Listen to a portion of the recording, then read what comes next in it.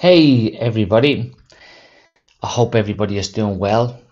My name is Ray McKenna. For anybody that doesn't know, I've been in the fitness industry for like 17 odd years, but I've been consistently growing and developing my skills throughout them 17 years and working inside of the field for over 10 plus gyms. I'm also taken two master degrees in sports training, sports nutrition, which has components of sports psychology too, because behavior matters, remember, and the lifestyle habits that we do.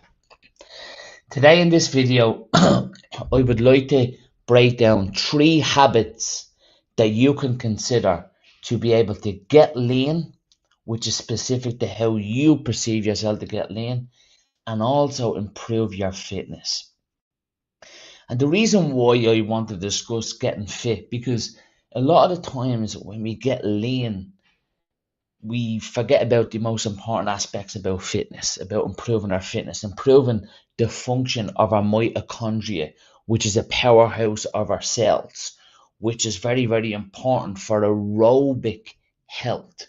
Remember, aerobic health is very, very beneficial. And I tell this to all of the clients that I work with. It's so important to have aerobic fitness.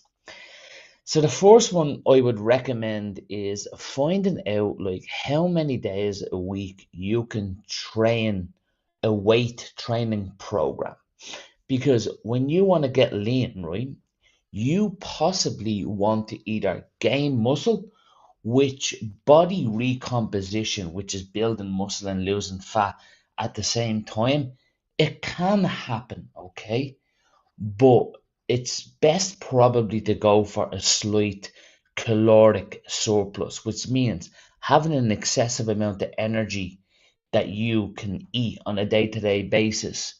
So if we looked into all the research and even the latest, I think, paper done by Eric Helms, it shows that like you can actually grow good muscle tissue in about, I'm sure it's about 5 to 10% of an extra amount of calories. If any of you want them research papers, you're more than welcome to have a copy of them. I can share them with you. And what it shows is that like you don't actually need to have this big joint amount of excessive amount of calories to actually grow muscle tissue, that you can actually go into a slight amount of a caloric surplus, which is consuming more energy than we're expanding. Okay.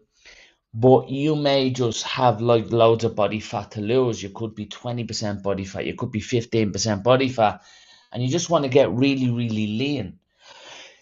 So the thing is that, like, first off, it's not really the nutrition only to grow muscle. We need to be able to be training at an intensity and training with absolute effort. So that's why I suggest minimum like 2 to 3 days of probably a full body training program.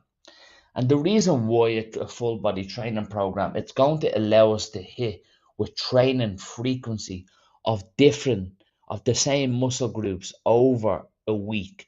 Because remember, let's say we weight train and we want to increase muscle protein synthesis, which is the creation of new proteins, which comes from weight training. Yes. And let's say we done that and we had like, let's say muscle protein synthesis goes anywhere from like the start of a training session to 24, 48 hour period. Like if we could like probably try, let's say you done chest or you done your hamstrings or something like that. For anyone who doesn't know, hamstrings are the muscles on the back of your toes, your quads. So let's say you done that and then like all of a sudden you were feeling a little bit sore, you got a good training session, you're recovering. You could actually train that more frequently over a 3 day period, over a week period. You get me?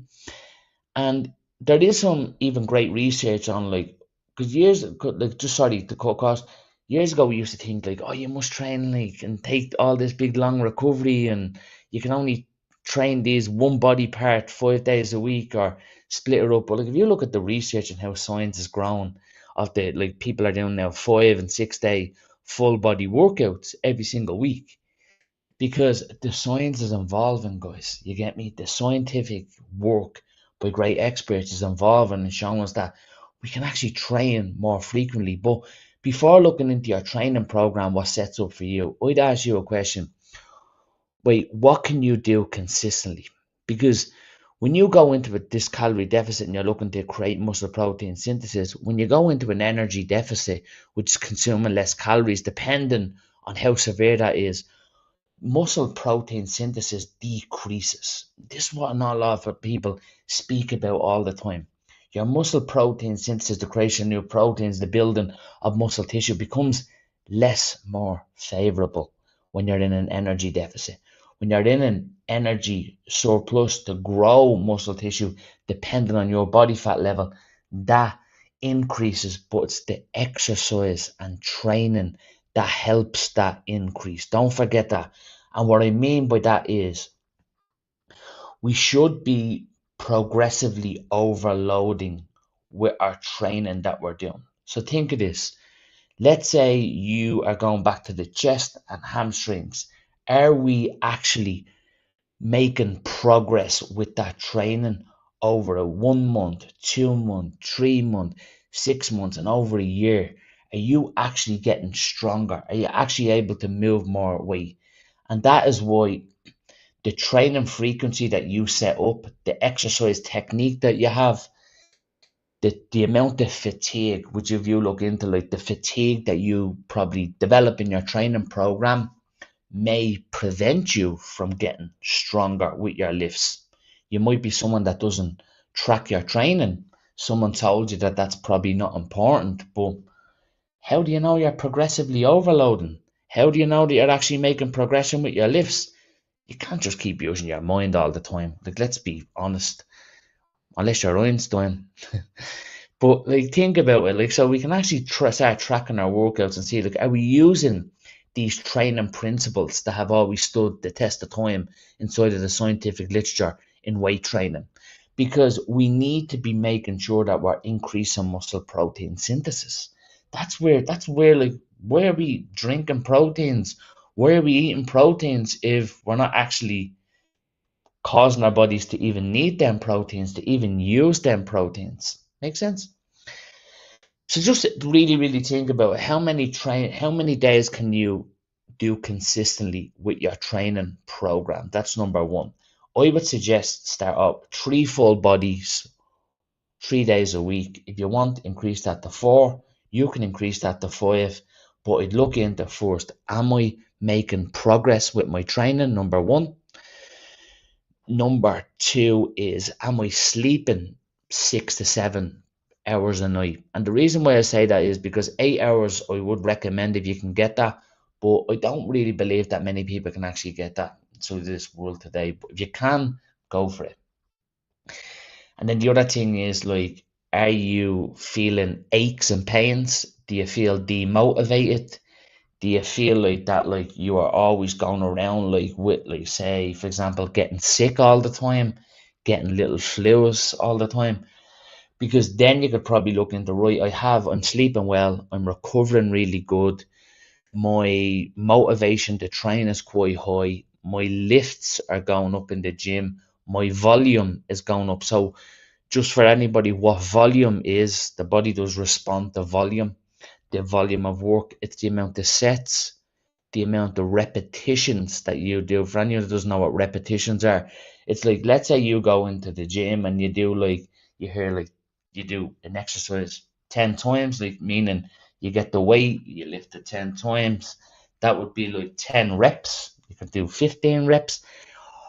Muscle building is shown in research to be anywhere from, like, I would say 6 to 30 reps, but you can also get muscle building in the 1 to 5 rep range, which has been shown a little bit more for like strength development, but you could still build muscle in them ranges. So that's all. So just then, if you looked into that, so I'd look into that first before you actually chose your training program and what you can do. Because guys, it's about what we can do consistent. Who cares what we can do for 1 week? Who cares what exercise we can do? Can we do this consistently? Because volume is the amount of reps, the amount of sets, and the amount of weight that you can lift, and it's a calculation of that. I would start also looking into working sets. And what I mean by working sets is, are you actually training these sets at an intensity? Are you training hard enough to be able to need to take rest periods? This is also very, very important. Are you actually making progress with the sets? Like like what I mean is rate of perceived exertion is the intensity gauge that we can train at, okay? So there is a researcher called Dr. Mike Zourdous. You could look him up, Zourdous. They run monthly applications in strength sports, which I actually read the research probably 70% of the time over a year.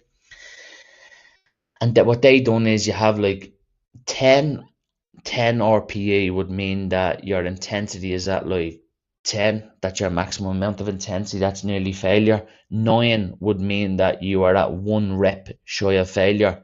8 would mean 2 reps shy of failure.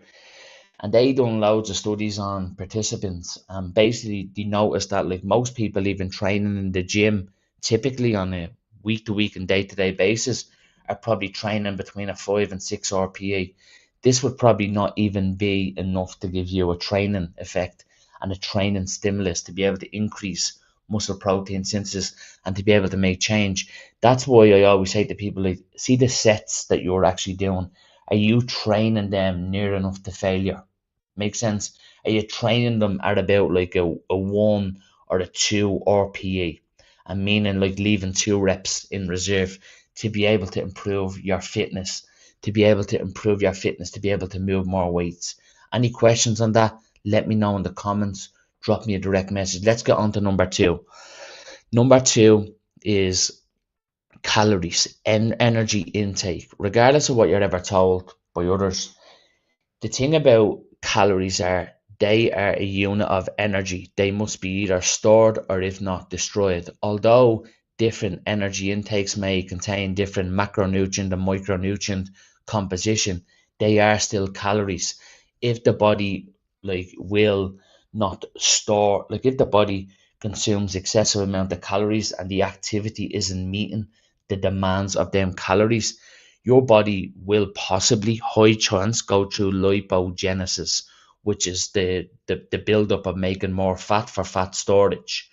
When you are in an energy deficit, now an energy deficit is quite complex, like meaning there is changes over week 4, week 2, week 6, and it goes on and on all the time. So I'm not going to get into that today, but if you have any questions, let me know. Your body will, in an energy deficit, more like go through lipolysis. Like that's what will happen. And what'll happen is like your body will start to burn more fat. But that's why I wanted to go through how important protein is. First off, exercise is very important, but protein is really important.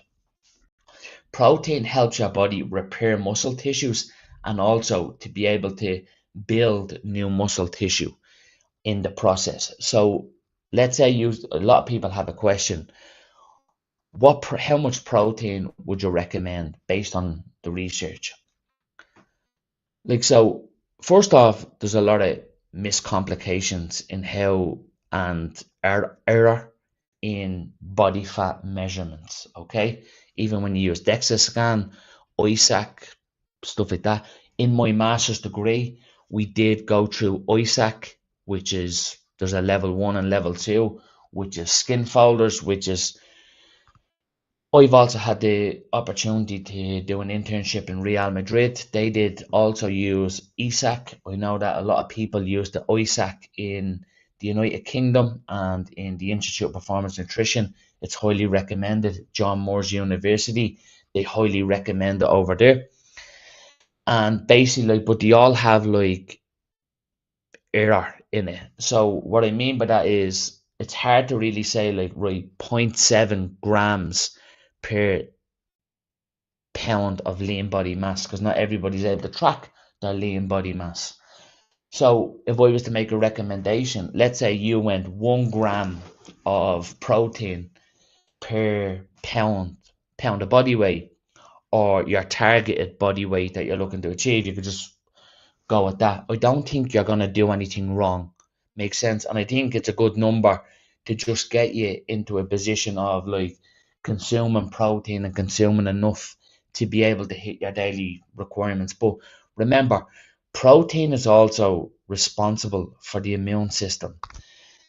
And I know the immune system doesn't really sound sexy, and it does, but it's like it's very, very important. Like your immune system is what possibly keeps you healthy, prevent you from catching diseases, prevent you from different stuff. Protein is probably the number one macronutrient for your immune system and the support of it. And it's also responsible for neurotransmitters. That's another thing that it does too. But you have to kind of look at it is excessive amount of protein will just become a carbohydrate anyhow, but it's also a longer process. And I just recommend that you eat your carbs, maximize performance with your carbohydrates. So the third tip that I want to give you today before we rant off is start improving your aerobic capacity for your body to be able to transport oxygen correctly, for your body to be able to regenerate energy, improve the function of your mitochondria, improve your VO2 max, improve angiogenesis in your body, improve your fitness levels to be able to train harder, to be able to look at your health. Cardiovascular work, even in around 120 to 155 beats per minute, like it can also improve like insulin sensitivity.